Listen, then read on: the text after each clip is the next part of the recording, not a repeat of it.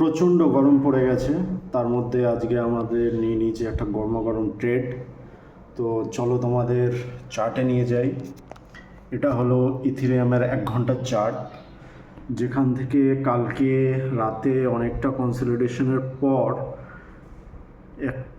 এই যে একটা বুলিশ ক্যান্ডেল আছে, এই ক্যান্ডেলটার নাম হচ্ছে বুলিশ বেল্ট হোল্ড। তো সাধারণত এটা রিভার্সাল একটা ইন্ডিকেট করে। তো একটা ডাউন ট্রেন্ডের পর এটা হওয়ার পর আমি লোয়ার সাপোর্টে একটা স্টপ লস প্লেস করি, আর এখান থেকে একটা পজিশান নিই, যেখানে তোমরা দেখতে পাচ্ছ আমার কিছুটা লস চলছে, অ্যারাউন্ড 28% সামথিং।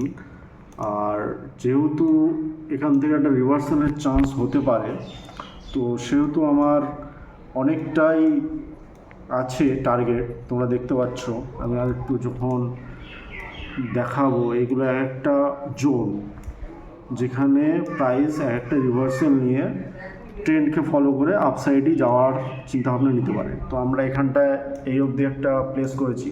ক্যান্ডেলটা যদি চার্টটা বড় করে দেখতে পারবে, সব থেকে আপার যে এরিয়াটা আছে এইটাও হতে চলেছে আমাদের টার্গেট জোন। যদি লস হয় আমাদের খুব কম লস হবে, ইউজুয়ালি 0.51 USDT বা 51 সেন্ট। আর যদি প্রফিট হয় সেটা হচ্ছে 3.15 USDT। এবার আমি যদি এখান থেকে একটা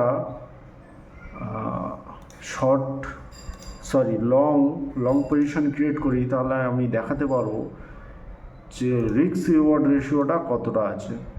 তো এটা আমাদের লস আর এইটা আমাদের প্রফিট। ওকে, তো আমাদের রিস্ক রিওয়ার্ড আছে 1:6 বা 1:7।